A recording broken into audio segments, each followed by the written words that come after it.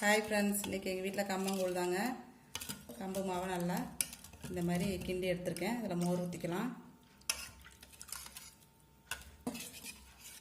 தேவையான அளவுக்கு மோர் ஊற்றிக்கிட்டு தேவையான உப்பு போட்டுக்கலாம். போட்டுட்டு பார்த்திங்கன்னா வெங்காயம், சின்ன வெங்காயம் கட் பண்ணி வச்சுருக்கேன், அதையும் போட்டுக்கிறேன்.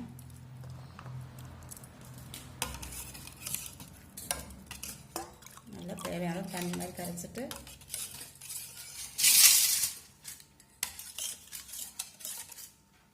டம்ளரில் ஊற்றி குடிச்சுக்கலாம்.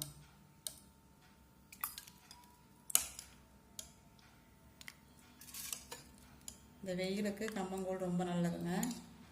நல்ல குளிர்ச்சியும் கூட உடம்புக்கு. வெங்காயம்லாம் போட்டிருக்கேன். இப்போ இதுக்கு பார்த்தீங்கன்னா சைட் டிஷ் என்ன தொட்டுக்கிறதுக்கு வச்சுருக்கேன்னா